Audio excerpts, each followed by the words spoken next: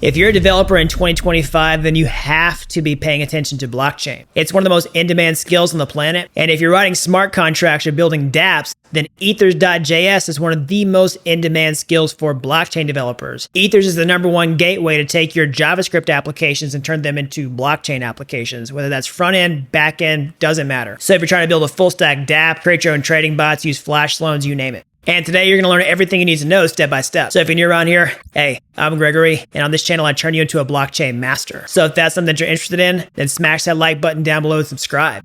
And if you want to see how to become a blockchain master step by step from start to finish, then head on over to dappuniversity.com/bootcamp to get started today. All right, so let's get into this. Today, I'm bringing on Justin, one of the members of the Dapp University team, to show you everything you need to know about Ethers.js. So follow along, take notes, and get ready to upgrade your blockchain skills. Let's go ahead and jump in. All right, so let's go ahead and talk about Ethers.js, what it is, and what problem it's solving. So right now, as you're watching this video, you're probably watching this on your PC, and you're probably watching this on a browser like Chrome, Firefox, Safari, Brave, etc. And your browser is displaying the front end, which at the core is using some HTML, CSS, and JavaScript. And this front end is probably talking to a back end, like a database, to fetch the video, comments, your account information, etc. And this would be your simple Web 2 setup. Now, when it comes to Web 3, you'll have a similar pattern, where you'll have a browser, which displays your front end. Your front end might still talk to a back end, but your front end will also need to talk to the blockchain for getting data and making transactions. And this is where Ethers.js comes in, as it will help us to interact with the blockchain. So Ethers.js is a JavaScript library. I'm currently at their docs, which is at docs.ethers.org. And we'll do a deep dive into their docs as we go throughout this tutorial. But we can see that their homepage also gives an introduction to what Ethers.js is. So Ethers.js aims to be a complete and compact library for interacting with the Ethereum blockchain and its ecosystem. It is often used to create decentralized applications, wallets, and other tools and simple scripts that require reading and writing to the blockchain. Now in this tutorial, we will build some simple scripts to showcase Ethers.js, and we'll use the Ethers documentation to help assist us in creating these scripts. All right, let's go ahead and talk about the initial setup you'll want for this tutorial. In the description of this video, you should have a link that will link to this GitHub repository. And this repository will allow you to look at the final code solution, and the README down below will have some of the setup steps. Now for this tutorial, you will need Node.js installed. You will also need to create an Alchemy and Tenderly account. I will walk you through Alchemy and Tenderly shortly. For Node.js, if you don't have Node.js installed, you can click this link in the README, and this will take you to Node.js's website, and you can download the current LTS version. If you are on macOS or Linux, I would encourage you to install Node.js via a tool called nvm. And you can install this tool by running this curl command in your terminal. And this will be a helpful tool for managing multiple different node versions, as different projects you build might require a specific node version. And this tool might help prevent permission errors you might encounter versus if you had installed Node.js directly on your computer. And a quick note for Windows: if you are on Windows, you can install Node.js directly on your machine and then use PowerShell for executing commands. Although instead, I would highly recommend looking at installing a WSL Ubuntu, and you can click this link right here in the README. And this link will teach you how to install Linux on your Windows. And WSL will just be a way more suitable environment for when it comes to building projects. And if you go through and you install WSL, you can then also install NVM. And just to note, NVM will only work on macOS, Linux, and Windows WSL. This will not work on just regular Windows. And just to note, I am working on Windows, in WSL Ubuntu. So my terminal will look like this. Of course, if you are on macOS or Linux, your terminal may look slightly different. And again, you'll just be using the default terminal that comes with your system. Now keep in mind, something that is not listed here for the initial setup is a text editor. So you will need a text editor like VS Code. You could also use something like Sublime Text or Cursor. But for this tutorial, I'll be working in VS Code. And the last thing we'll do at this GitHub repo is download the project onto our system. So by default, you will be on the master branch. And at the master branch, you'll be able to see all the final code solutions. So for example, you could go into examples and you can click on a random script and you can see the full code solution. Of course, you should code along with me. And there is a second branch. So if we click on this drop down, there is a starter code branch. So we'll click on that. And this branch will still have the same project structure, but each individual script is not fully coded out. And so this is the branch we'll want to download onto our system. Now, the easiest way of doing this is by cloning the repository. So we can click on code and you can download the project manually if you want, but the easiest way is to clone it. So for this HTTPS link, we'll just copy this and we'll go to your terminal. And we could do git clone. We'll paste in the link we copied and we'll do -b for branch. And the name of the branch is starter code. So we'll say starter code. Of course, make sure to include the underline and we can press enter. So it looks like it cloned it. The name of the folder will be ethers-v6-examples. So we can enter this folder by doing cd and then the name of the folder. Press enter. We can see it updates our path. We could also do pwd to see that we are inside of our project folder. And we could do a quick ls. And we can see we have the files and folders for our project. You will want to go ahead and create an Alchemy account. Now Alchemy is a node service provider and they'll provide us with an API key for connecting to an Ethereum node. And once you have an account with Alchemy, you want to go to apps, create new app. You can give your app a name, a description, and give it a use case. So you could just do DeFi. You can enable all EVMs if you want, but at least we want the Ethereum one. And then you can create the app and they'll give you an API key in the top right. Now the next tool we'll want is Tenderly, and we'll use Tenderly for creating our own virtual testnet or sandbox environment, so we can use Ethers to perform transactions without having to do it on the real blockchain. So on our Tenderly account, we'll go ahead and create a project. We'll give our project a name. We'll create our project. And in our project, we'll want to create a virtual testnet. So on the left side, you should see a section here for virtual testnet. Create virtual testnet. Our parent network is going to be Ethereum mainnet. You can give your testnet a name, and then we can keep the default settings it chooses for us. And we'll create it. And on this page where we can see our testnet, the main thing you want to look for is your RPC URL. So this HTTPS URL you see here is the URL we'll use to connect to our Tenderly testnet. And later on in the tutorial, I will tell you to come back here and copy this URL and paste it in your .env file. All right, so let's go ahead and open up our project. So again, I'm working in WSL Ubuntu. So I'm going to go ahead and go to my terminal, and I'm going to assume you've already cloned or downloaded the project. We'll need to go ahead and enter the project. So we'll do cd and then the name of the project folder. And then from here, we can go ahead and open it up in our text editor. So I am going to use Visual Studio Code. So for me, in my terminal, I just need to do code dot. So with our project open, we can start taking a look at the structure of our project. The first file that we'll look at is the package.json. So our package.json has the list of dependencies that we need for this project. We have 3 dependencies. So we have .env, ethers, which of course is the main focus of this tutorial, and then prompt. We're using .env for our environment variables. These are variables that we do not want to share publicly. And we're using prompt so we can have our terminal ask us for our private key. That way we don't have to put our private keys in any of these scripts or even in our .env file. But we'll talk about .env and prompt later on in the tutorial. So now that we know the dependencies needed, we'll need to install them.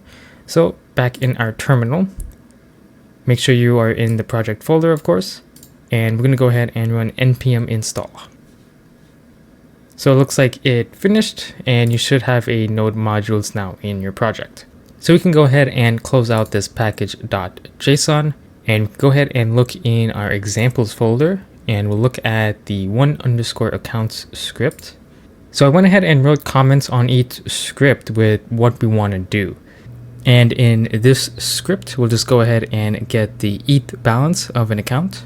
Now, of course, before we even start working with ethers, our script needs to be aware of ethers, and we will need to require or import it into our project.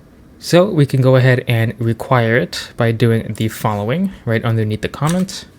We'll just say const ethers equals require ethers. And if I hover over this, you can see where this is pointing to.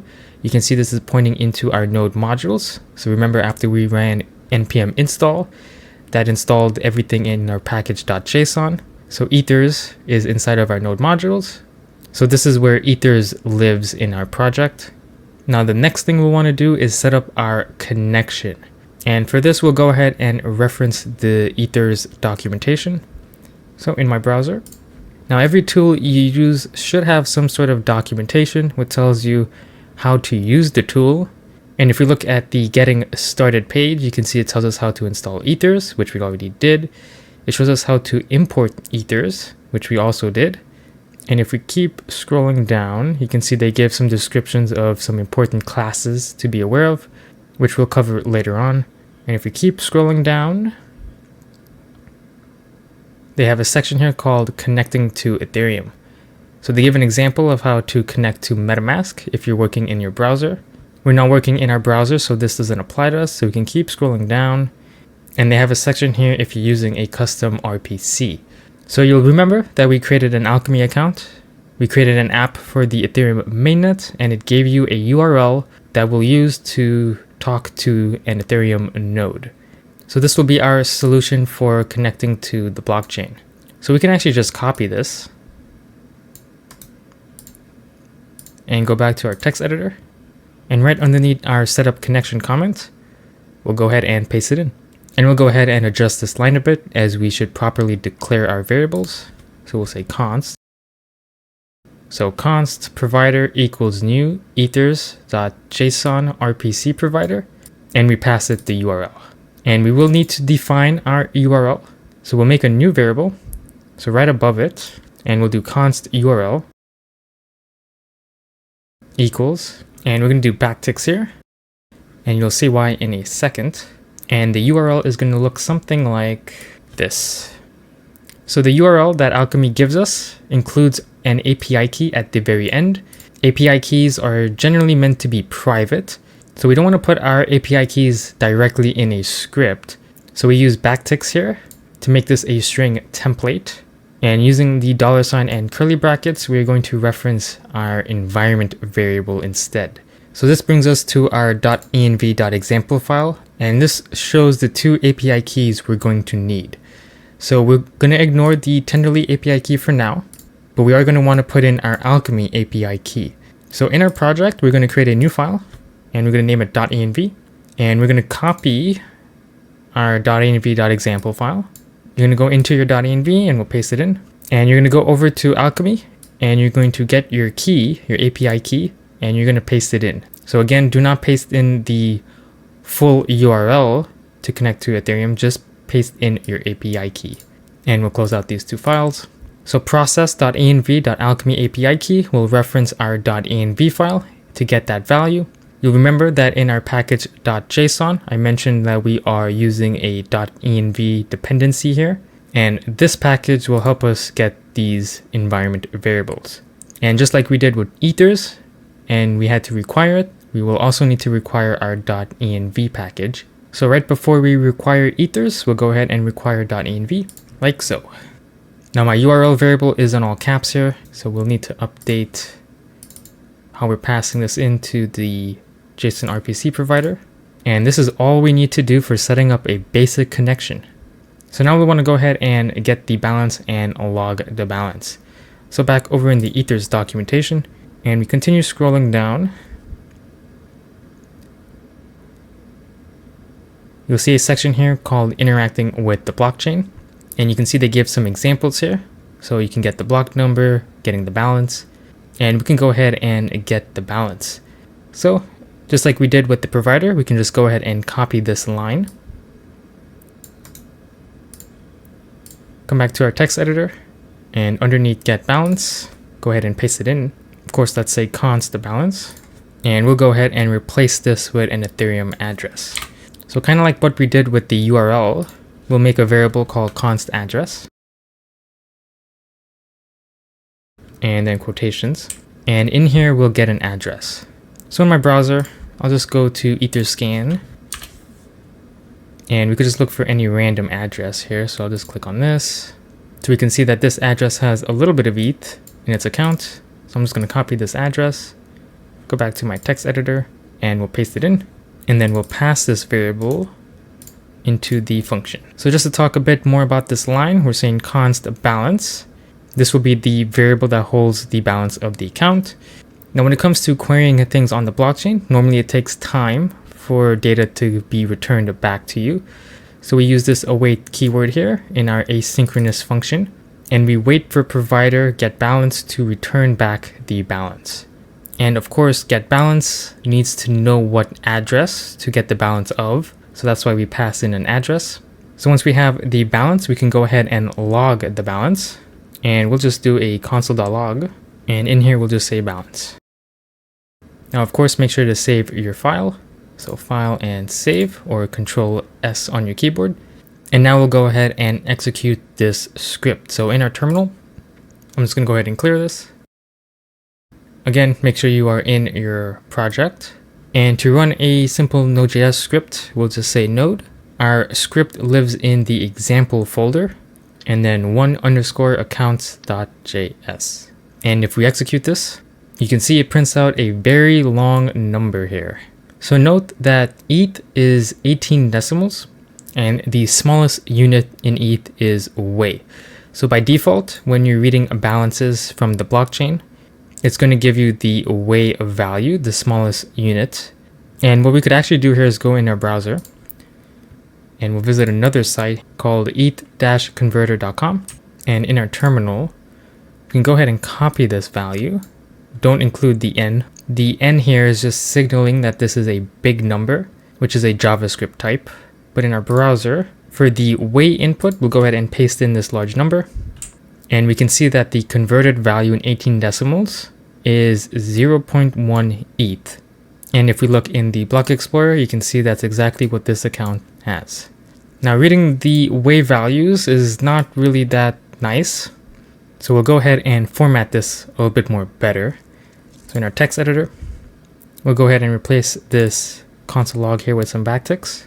We're going to say \n. This basically creates a new line in our terminal. We'll say ETH balance of. We'll output the address we're reading. So kind of similar to how we set up the URL. We'll do $ curly brackets and then address.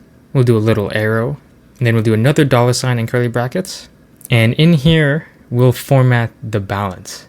So if we look at the Ethers doc, you can see that they give an example of how you can format the balance here. So we can use this helper called format ether and then pass in the balance. If we go up a bit, you can also see they give some more examples. So they have format ether and then format units. We're going to go ahead and use the format units.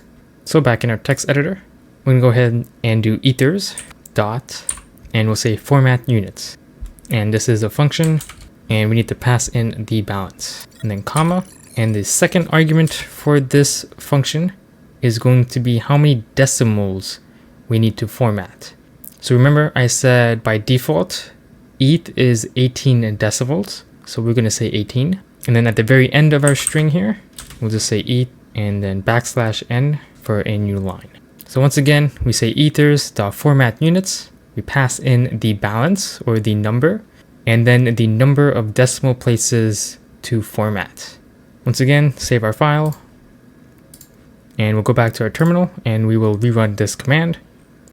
And you can see we get a little bit more of a nicer output here. And you can see our balance is formatted, so it's a little bit more easier to read than looking at this. All right, so let's go ahead and start taking a look at our second script. Now for this script, we'll go ahead and build off what we did in the first script. So we'll set up a connection, we'll get and log balances, but we'll also go ahead and create a transaction. And this transaction will just be a simple ETH transfer. Also, just like the first script, I'm already requiring .env and ethers at the very top, but I'm also requiring a helper function here called prompt for key. And this function here will allow us to input our private key in our terminal. Do note that when you create a transaction, you have to sign that transaction with your private key. So to avoid hard coding our private key directly in a script or even in our .env file, we'll have this helper function here prompt us to enter our private key in our terminal. And you can take a quick look at this prompt.js inside of the helpers folder here. You'll see that we require prompt. If you remember, that is one of the dependencies listed in our package.json. We set up the schema, which is going to be what our terminal is going to ask us for. So the terminal is going to ask us to enter the private key. It must be filled out. And because this is sensitive information, our terminal is not going to display what we type. And then the actual function here, we call prompt.start. We get the private key, store that in result, and then we return the private key. And then this is where we export it, so that way in our script, we can require it. If you want to learn more about prompt, you can go to their docs on NPM's website, and you can read more about it and see some of the cool things you can do with prompt. Now, even though we don't have anything written out in the script yet, we can actually go ahead and run the script just so we can see prompt in action. So remember, the command is going to be node and then the location of the script. So this will be the command. And if we execute this, you can see it prompts us for our private key, and we can just type some random letters and numbers. And because this is sensitive information, whatever you type is not going to show in the terminal, just in case someone is behind you trying to steal your private key. And we'll just press enter. All right, so let's go ahead and start filling some things out. So just like the last script, we're still going to work with a JSON RPC provider. So just like the last script, we'll set up the provider just like this, and we'll need to define the URL. So we'll do const URL equals. Now in the first script, we had used the URL to our Alchemy node, but because we're going to be doing a transaction, we're going to do this in our sandbox environment. In the project setup, we had set up a Tenderly account and created a Tenderly testnet. And for that testnet, Tenderly will give you a URL so you can interact with it. Copy that URL, and then in your .env file, you should have a field called Tenderly RPC URL, and paste in the full URL in your .env. And because our .env will hold the full URL, our URL here will just be equal to process.env.tenderly RPC URL. So now let's go ahead and set up our wallet. Now this wallet is going to be the account that's going to create and send the transaction. And we can take a trip to the Ethers docs. We'll look at getting started. And if we scroll down, remember they have this section here which talks about some of the common objects. And we'll take a look at the signer object. And we can see a signer wraps all operations that interact with an account. An account generally has a private key located somewhere, which can be used to sign a variety of types of payloads. So like signing transactions or messages. And the private key may be located in memory using a wallet. So if we click on this wallet, we'll see more information on this class. You can see a wallet manages a single private key, which is used to sign transactions, messages, and other common payloads. And then we can see how to create the wallet. So we'll be saying new wallet. We will pass in a private key, and we can optionally pass in a provider. So let's go ahead and do that in our script. So we'll make a variable here called wallet.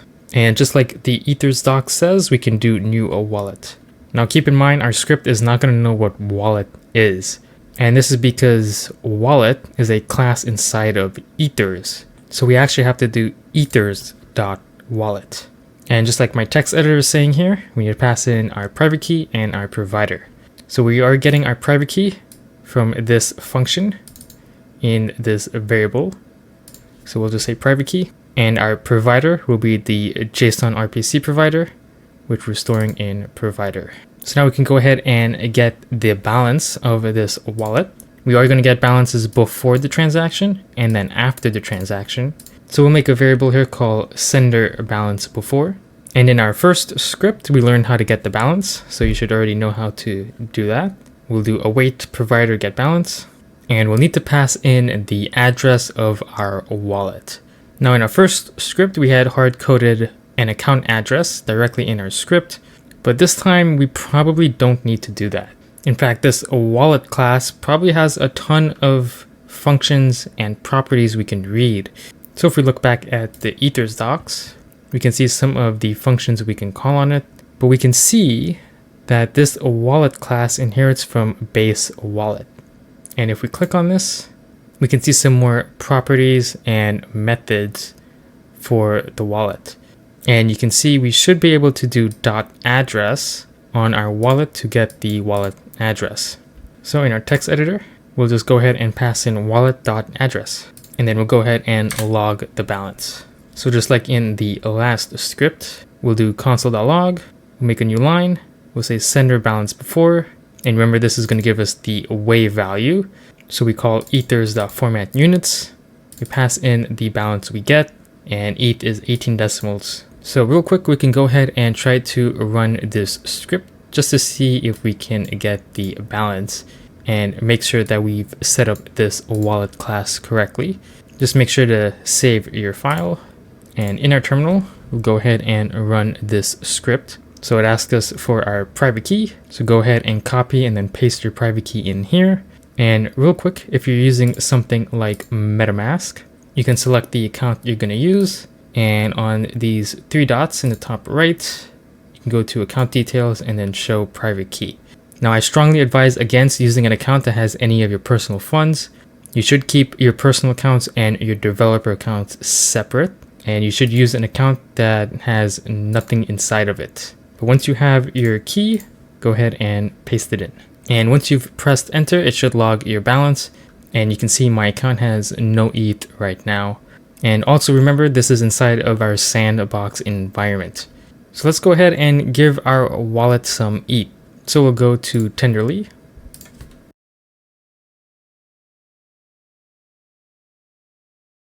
Go ahead and log in and we'll look at our virtual testnet. And we'll look at the faucet. And this is where we can fund our account. So we'll need to paste in the address of our account. So for me, I'm using my first account here in MetaMask. I'll go ahead and copy the address and I will paste it in here. We'll select the token. So we're going to do ETH, which is the native currency. And for the amount, we'll do 1 and we'll top up. And it looks like our account was funded. So back in our terminal, we'll go ahead and run the script again and we'll see if our balance changes. And you can see my wallet now has 1 ETH in our sandbox. And I'll just fund my account once more, just so I have a little bit extra ETH. So with our wallet now funded, let's go ahead and set up the transaction. We'll take another trip to the Ethers documentation, and you'll remember that a wallet here is a signer. So we can take a look at the signer object, and you can see that this signer class, which is our wallet, has a bunch of other functions that we can call on it. And if we scroll down, we can see this function here called send transaction, and we'll use this to send a transaction. So in our script, we'll go ahead and create a variable here called transaction, and we'll say await wallet.send transaction. Now we'll need to pass it the transaction data. So back in our Ethers docs, you can see it requires a transaction data or transaction request, and we can click on this and we can see some properties that a transaction might include. So for us, we're doing a very simple ETH transfer.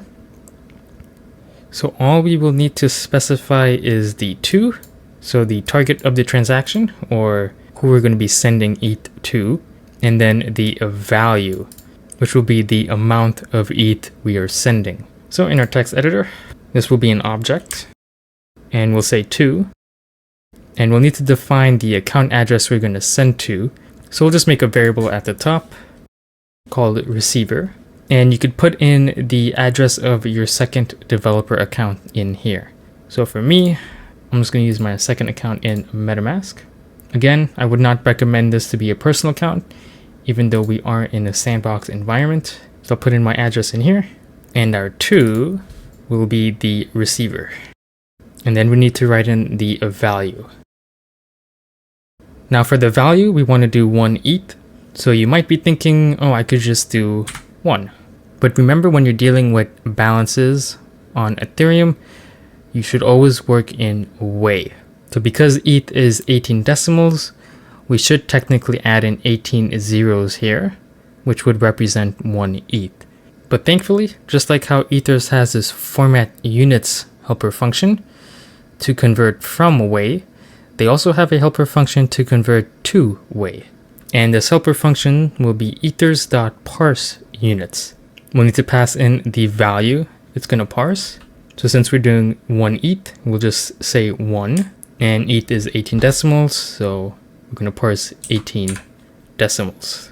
So just remember, Ethers.format units is to convert from way, while Ethers.parse units is to convert to way.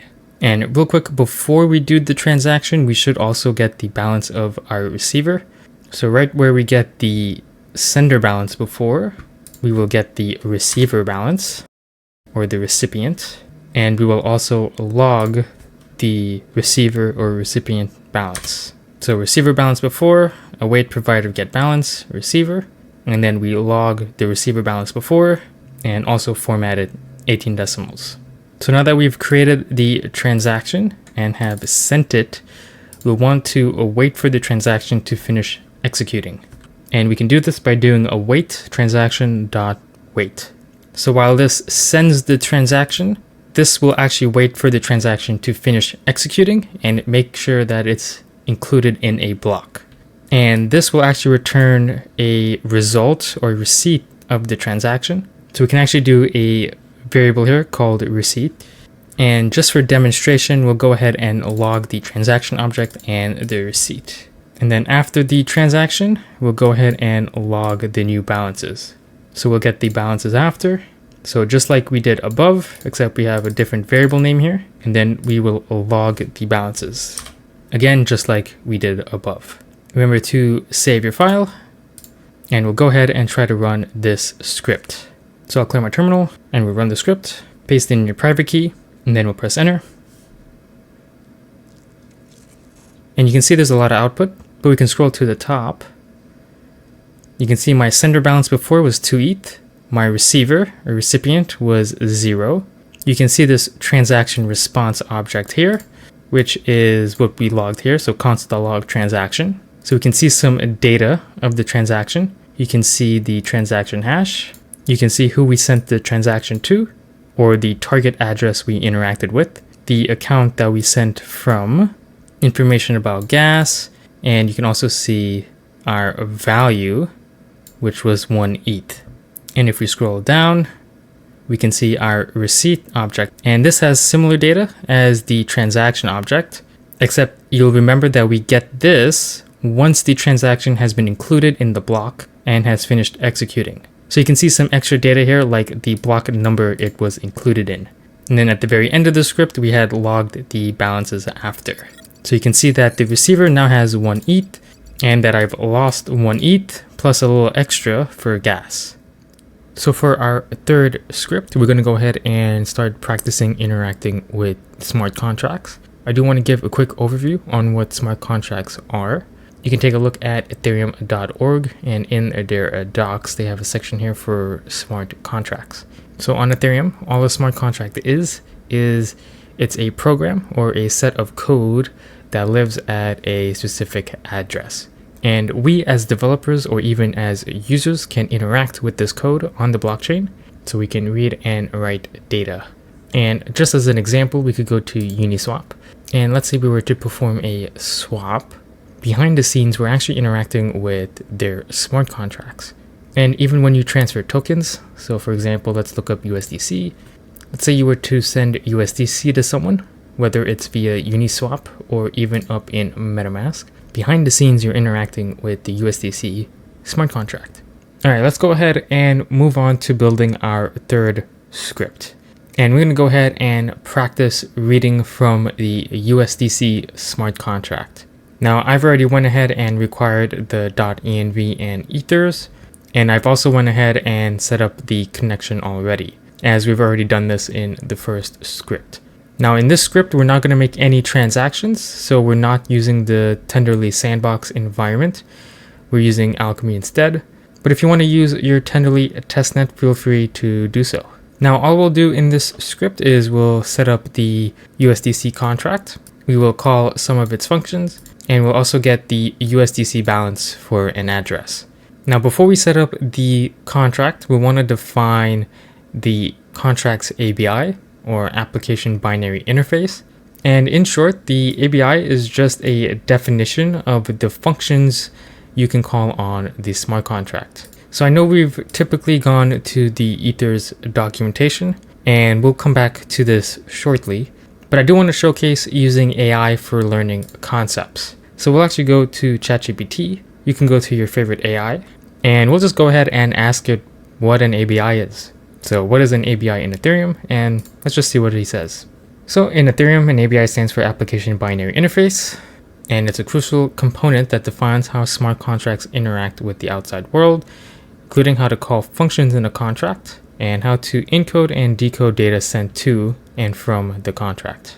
And when we interact with a smart contract, we need to know what functions are available, what inputs are required, what outputs is returned. ChatGPT gives us an example of what an ABI will look like. So we can see this is a function called transfer.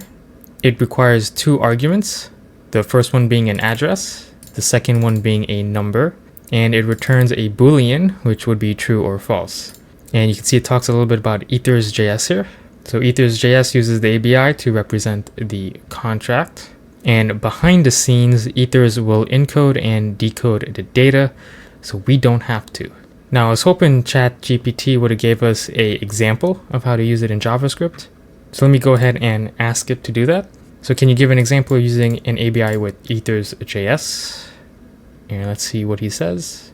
So it looks like he's going to give us an example of calling the balance of on a ERC20. And we can see some of the example code it gives us. So he requires ethers at the top, defines the provider. This should be familiar with you already from the first two scripts we've done. He defines the contract address. He defines the ABI. He creates a contract using new ethers contract, passing in the contract address, the ABI, and the provider. He then defines the wallet address. So this is going to be the wallet that we're checking the balance of. He defines an asynchronous function. He calls balance of, passing in the wallet address to get the balance. He then calls the decimal function on the contract to get the decimals. He then formats the balance. So again, this should also be familiar with us. Calling format units, passing in the balance and the amount of decimals he wants to format, and then console logging the balance. So we're going to do something similar to this in our script, but we can see how the ABI is defined. Now, the reason I wanted to show you ChatGPT is because ChatGPT is great for when you're learning concepts, and what you learn from ChatGPT can also help reinforce what you're learning from the documentation. And if we go back to the Ethers docs and we look at getting started and we scroll down to contracts, we can see the Ethers docs also describes what an ABI is, and they also give you a code example of how to define the ABI and how to define the contract. And if we scroll down, they have some more examples here. So we can see here they also define decimals and balance of, just like ChatGPT did. They also define a function here called symbol. They create the contract, they call the symbol function on the contract. They call the decimal function on the contract. Then they call balance of, passing in a address to get the balance, and then they also format it.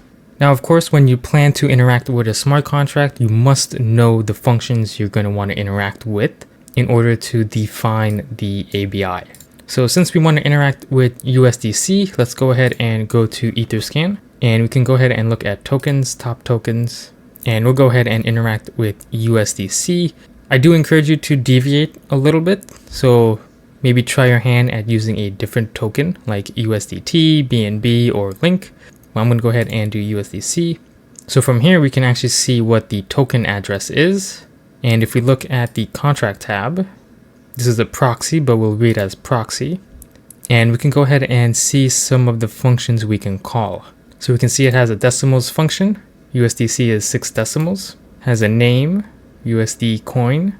We can see things like symbol, USDC, and total supply. And because this is an ERC20 token, this follows the ERC20 token standard on Ethereum. So at ethereum.org, they have an article here for ERC20 tokens. And if we scroll down, we can see all the methods or functions that are required for an ERC20 token.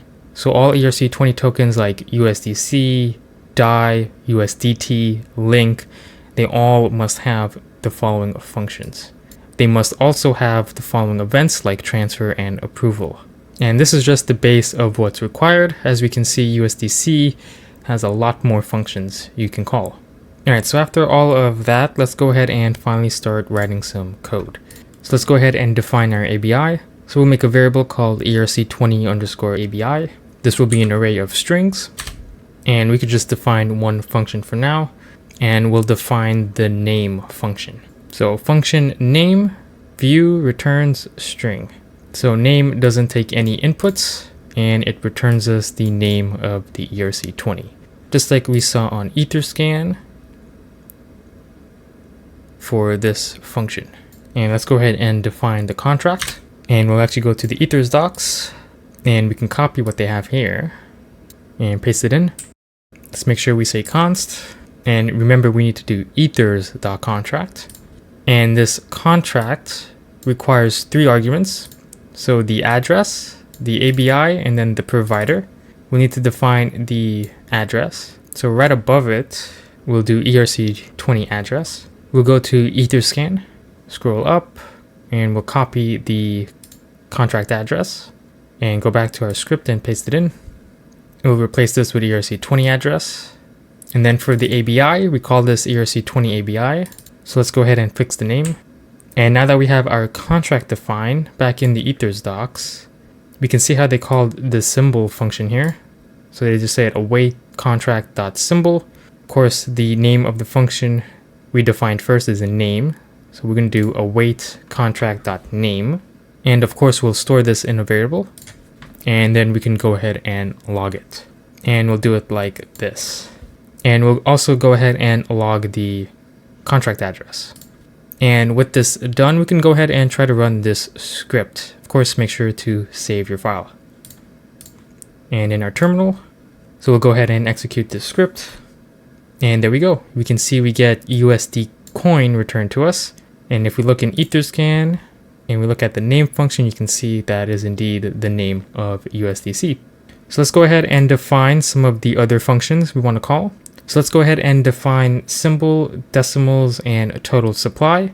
And then we'll go ahead and call those functions. I would actually encourage you to pause the video and try your hand at doing that yourself. Alright, so let's go ahead and write them in. So for our ABI, so symbol doesn't require any arguments. It returns a string. Decimals and total supply also don't require any arguments, and they both return a number. And we'll go ahead and call these functions. So just like we saw in the examples before, and like how we did name here, we do const symbol, await contract.symbol, const decimals, await contract.decimals, const total supply equals await contract.total supply. And let's go ahead and log those new variables. So we log them like this. And now let's go ahead and try to run our script again. Let's go ahead and run it. And of course, remember to save your file. And now let's run it.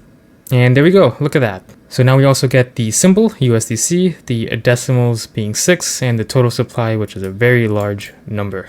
Now the last thing we want to do is go ahead and fetch a balance for an address. So once again, I encourage you to pause the video and see if you can write this in. So remember to add in the function balance of, and then call it, and then log it. All right, so let's go ahead and define the ABI. So for balance of, it's going to look a little different. So we have the name balance of. It requires one argument, which is an address. So this will be the address to check the balance, and then it's going to return a number. And we could also look in Etherscan and take a look at the balance of function here. And if we click on it, we can see it requires an address. So back in our script, and we can scroll down, we'll go ahead and get the balance. And we'll need to define an address to put in here.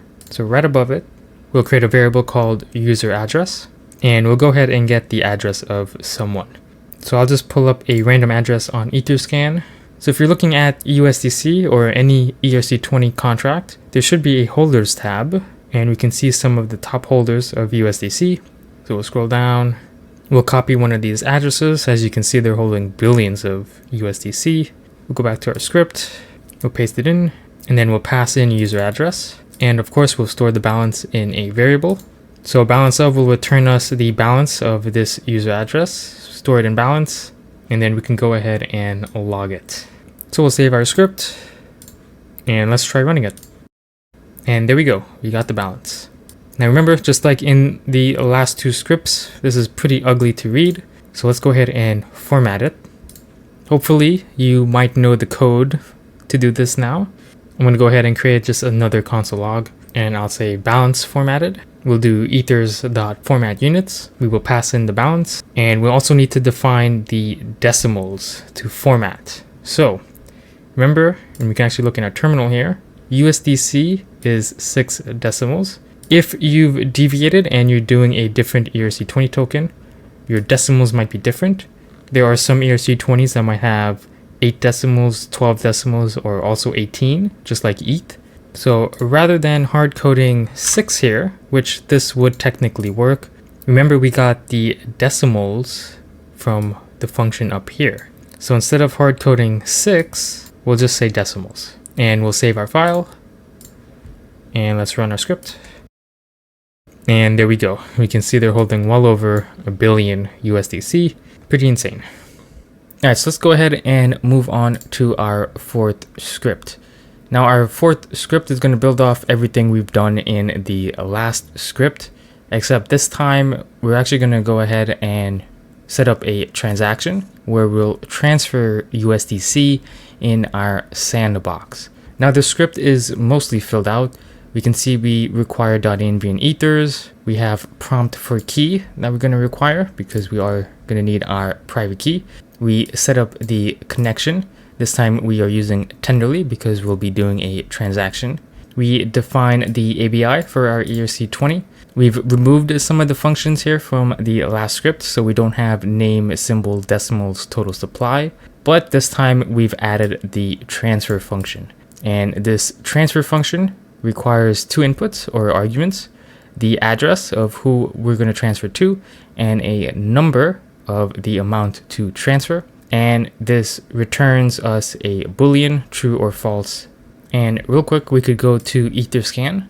So if we're looking at USDC, we can look at the contract. This time, because we're going to do a transaction, we're going to look at the write functions. And we can see all of the write functions we can call on this. We're going to go ahead and look for transfer. So function 21 is transfer. And here we can see the 2 inputs it requires, so the address and a number. And we can see that it returns true if the operation was successful. So from this is how we've defined our ABI here. So moving on, we've set up the contract, just like we did in the last script. We define the contract address, and we create the Ethers contract, passing in the address, the ABI, and the provider. And then we have a variable here called receiver. This is where we'll put in our second account address. And then in main, just like we did in our second script, we will prompt for our private key in the terminal. we will set up our signer or wallet. This time we get the ERC20 balances of our own account, and then the account that's going to receive the USDC, and then we log it. And then this is the part of the script that we'll set up. So we'll set up our arguments, we will create the transaction, we'll wait it, and then we'll log it. And then at the very end, we just get the new balances and log them. Now, before we add in the code for our transaction, let's go ahead and fund our account with USDC. So we'll go to Tenderly and we'll take a look at our virtual testnet. So on our virtual testnet, we'll go to our faucet, we will add our wallet, and for token, we will select USDC, and then I'll give it 10 tokens. All right, so it looks like we have our 10 USDC. And real quick, I'm also going to copy my account address for the account that's going to receive the USDC. And then we'll go in our script. And where we have this empty variable here on line 23, we'll go ahead and paste it in. We'll save the file. And let's go ahead and run the script and make sure we have our 10 USDC. So in my terminal, let's go ahead and run the script. Remember that we'll need to enter our private key. So go ahead and get your private key, copy it, and paste it in here. And if we execute this, we can see our balance before was 10. Remember, USDC is 6 decimals, so we have 6 zeros here.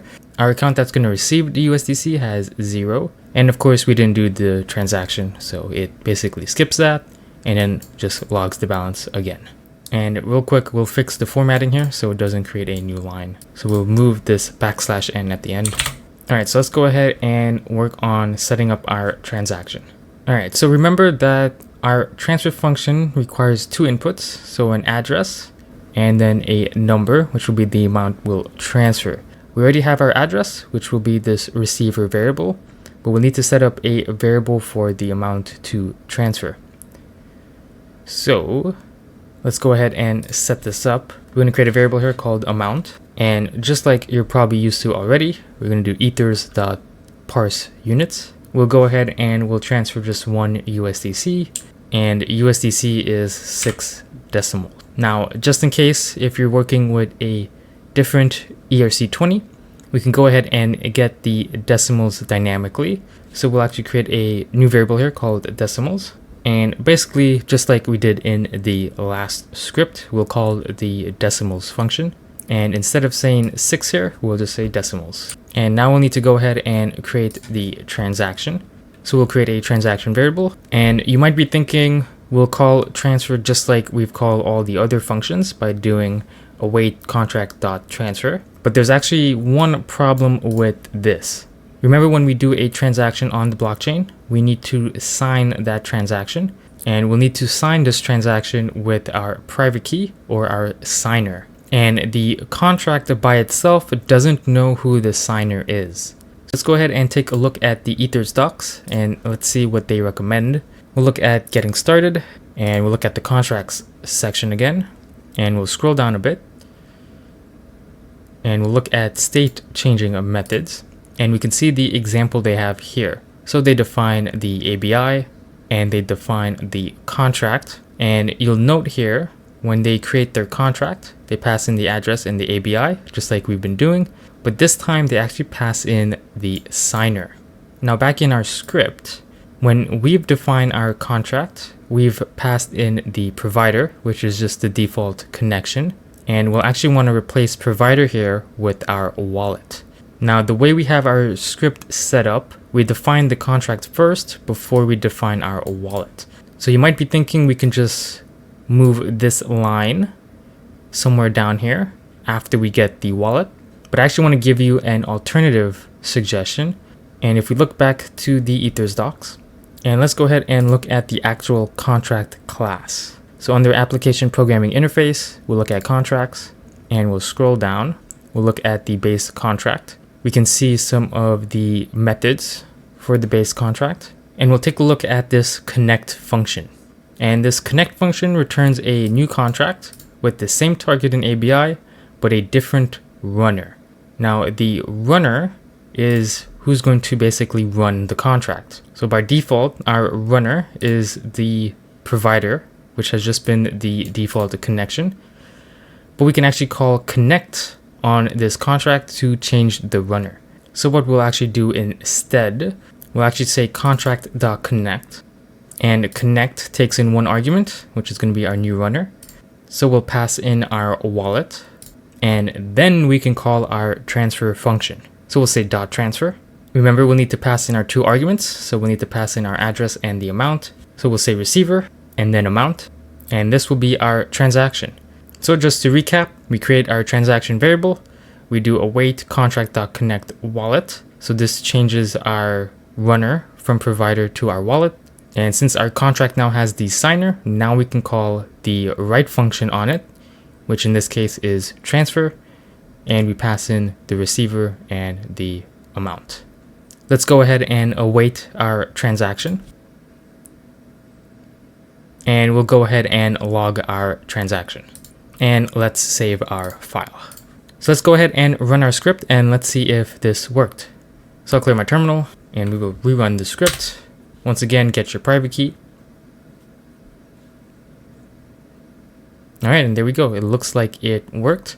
So once again, we can see our balance before was 10. Also, I do encourage you to format this yourself.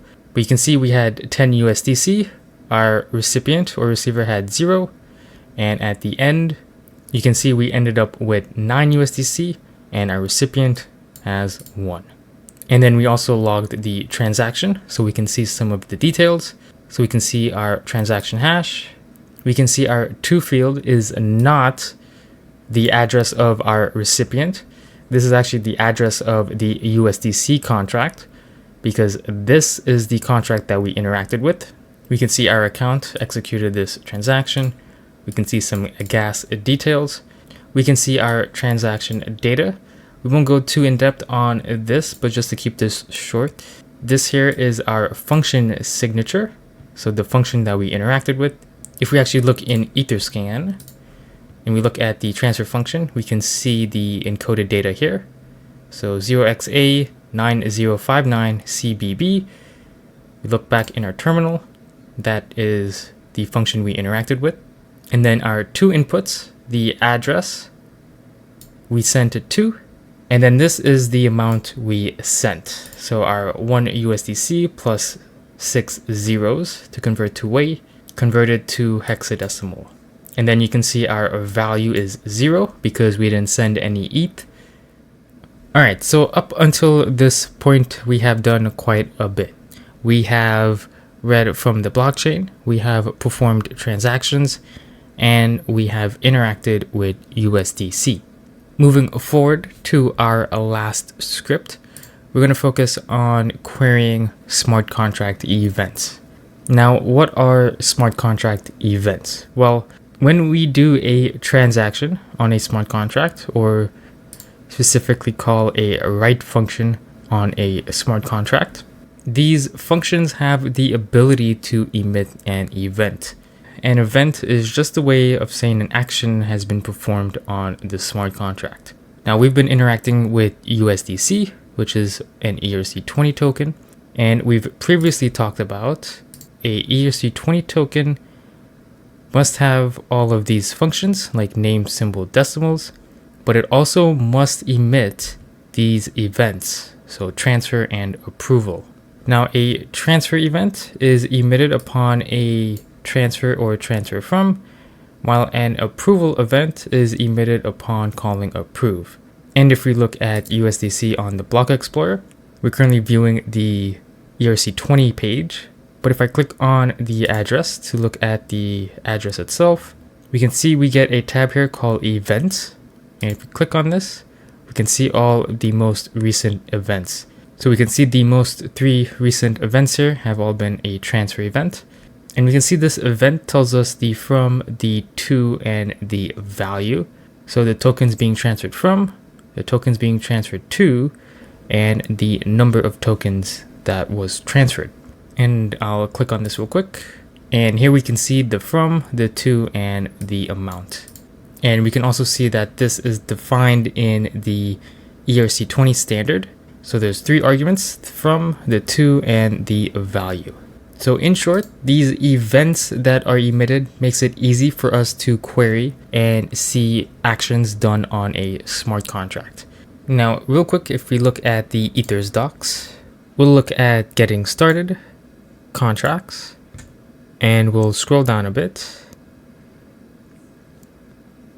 They have a section for listening to events. We won't be doing that in this script, but I encourage you to come back later on and check that section out. The section we'll look at is querying historic events. And the main thing I want you to see here is how the ABI is defined. So just like how we had to define the functions in the smart contract, we will also have to define the event. So they define the transfer event in the ABI. They define the contract. And then on this contract, they call a function here called query filter. And this is the function we'll call in our script. And we can just go ahead and copy the event they defined and go to our script. And we'll update our ABI here. So we're not going to call these functions in this script, but I wanted to include these functions here so you can see the difference between a function and event.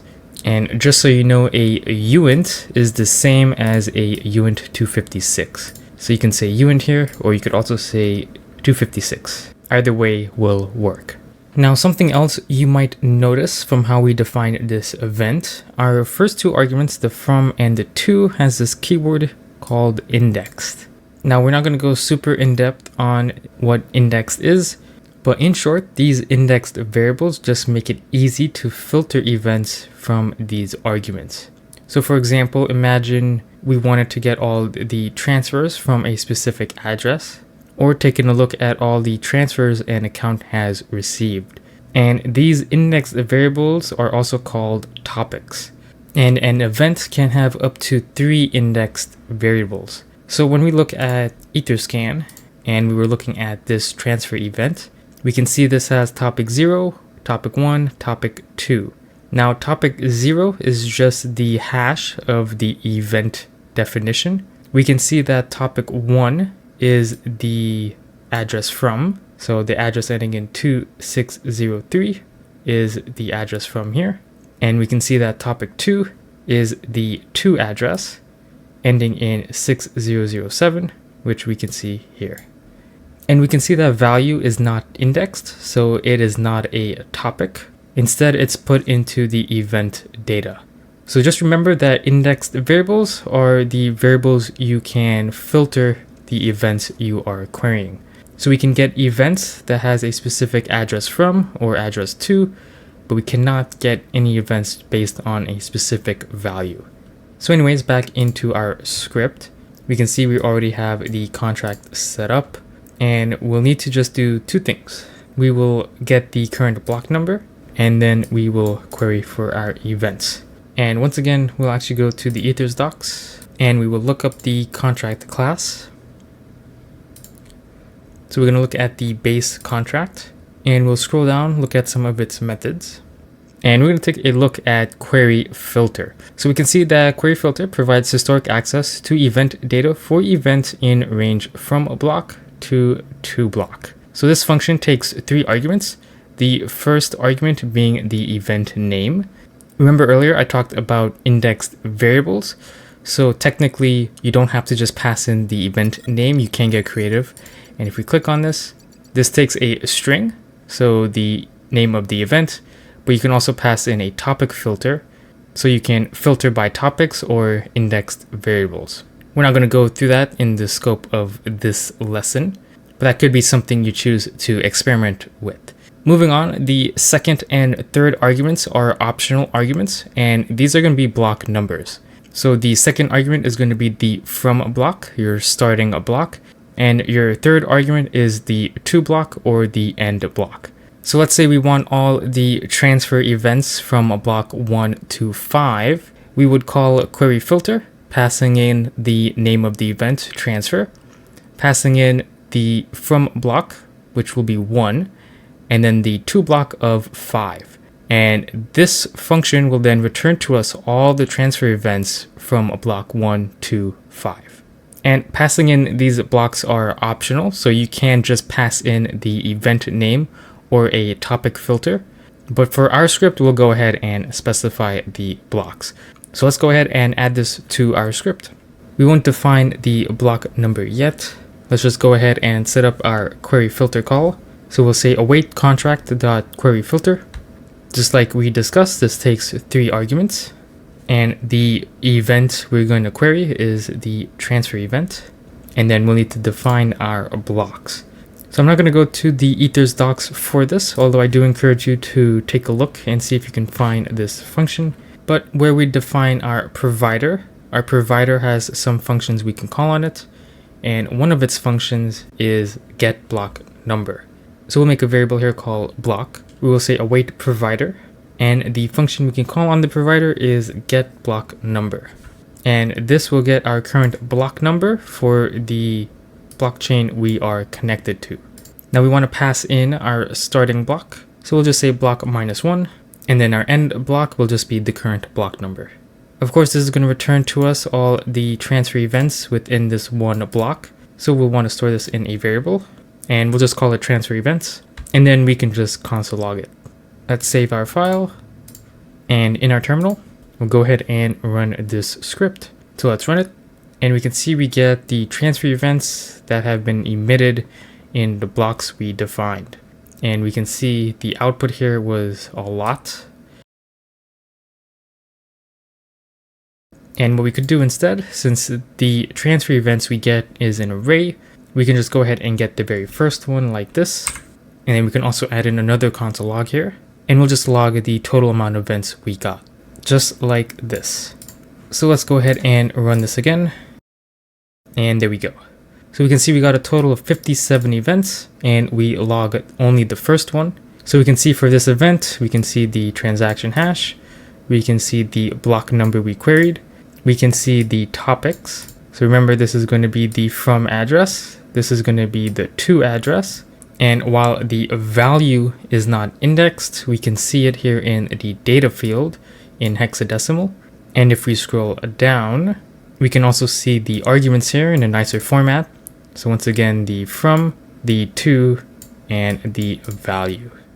So that's going to complete this introduction on Ethers.js. Hopefully you guys have learned something. Hopefully you can visit the Ethers docs and try to expand on some of these scripts.